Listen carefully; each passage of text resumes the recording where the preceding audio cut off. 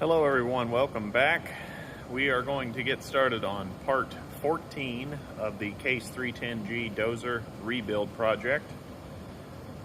I have had the system under pressure overnight. Super weird.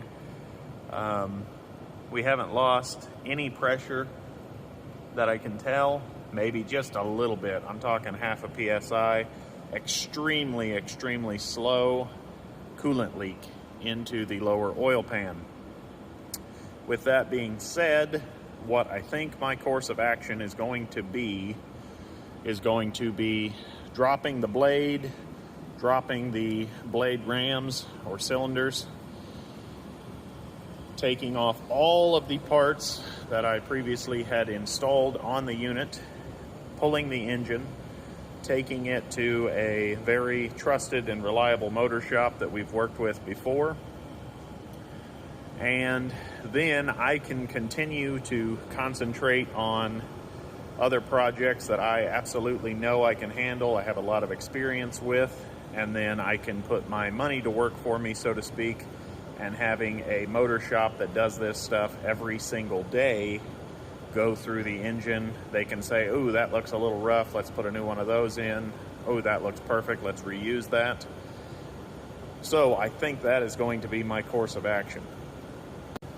I believe that course of action will be the most efficient for time's sake and for the project's sake, because as much as I would love to just tear into this, do an in-frame overhaul, I think it will be faster in the long run to pull the engine, have experts look at it, and I can just keep tackling nice projects that I want to tackle.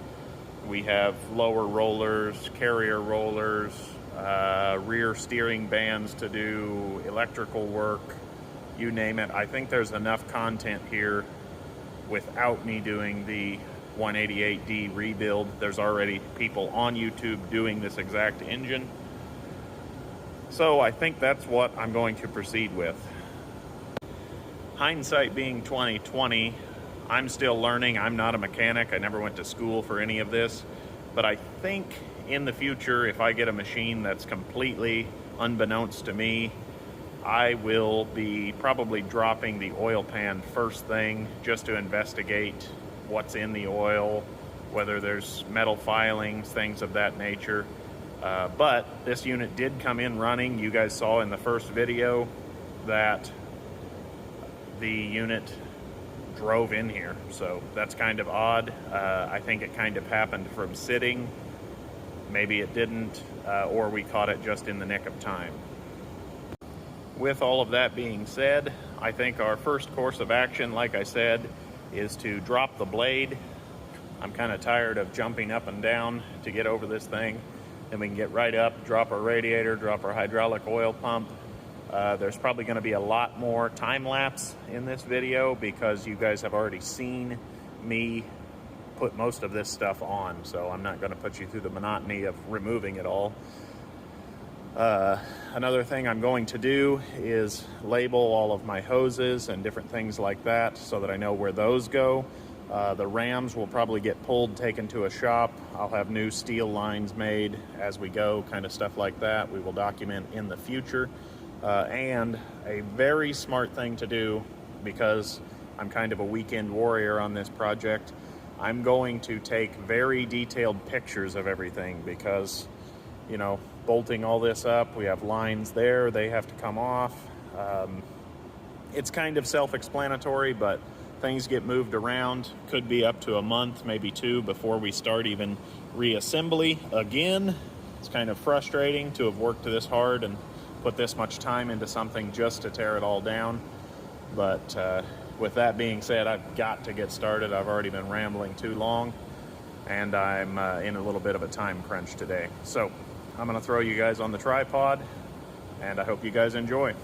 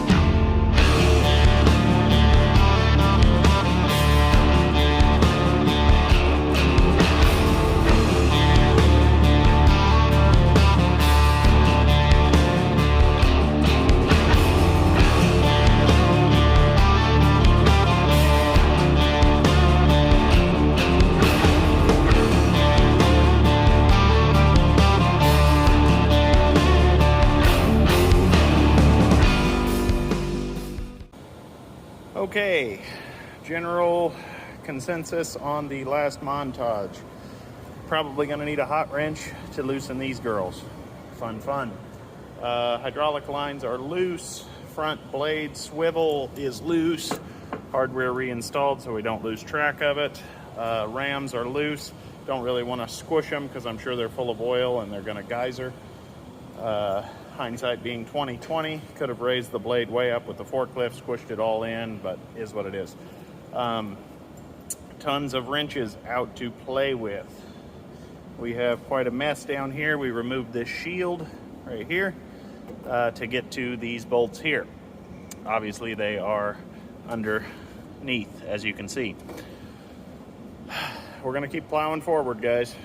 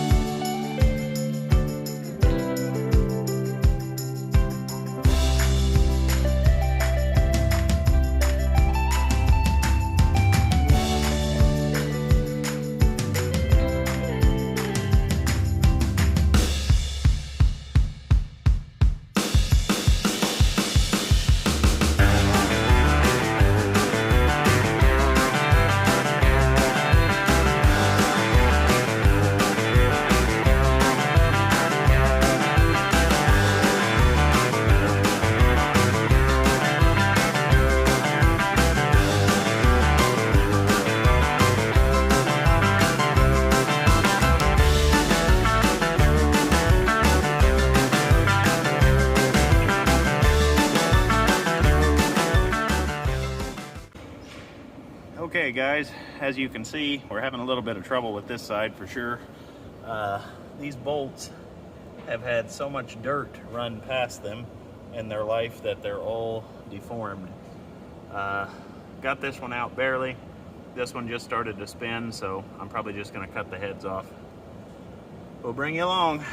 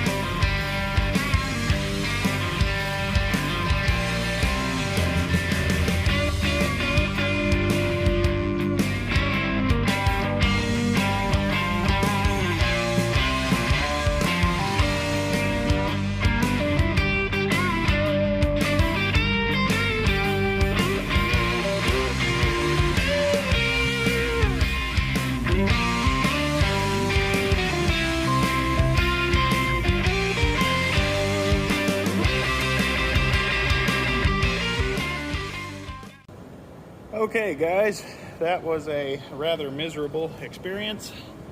Not too much to it.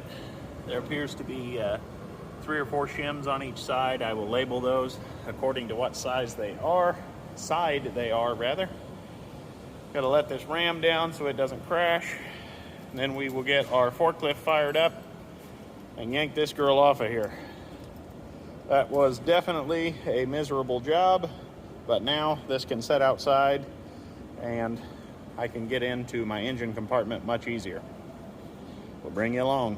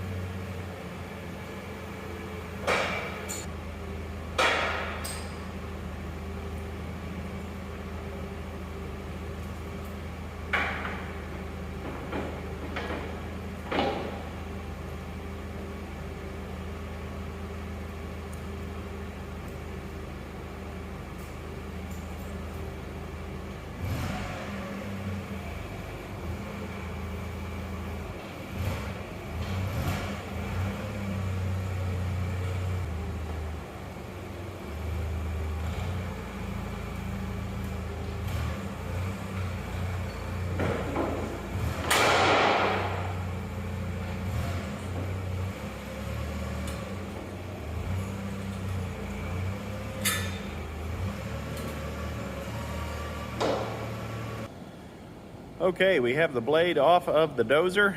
That was not a fun project, in case anyone didn't glean that from the previous segment in the video. Years and years of dusty, crusty, nastiness caked up in there.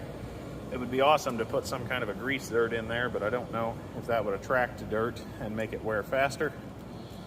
We still have track of all of our shims, and as soon as that part there cools down, we will bag everything and get our tools picked up. All right, folks, I think I'm gonna wrap the video right here. Beating that blade off of there kind of took it out of me. We have our lines secured so the blade can sit outside. I'm going to drop a link in the video description below to the WildcatWilly Facebook page. Run over there, leave a like. It will help out the channel, keep you up to date, and you guys can get a hold of me a little better than the YouTube comments. I'd like to thank everyone for watching. Please remember to like, comment, and subscribe for more, and we'll see you next time.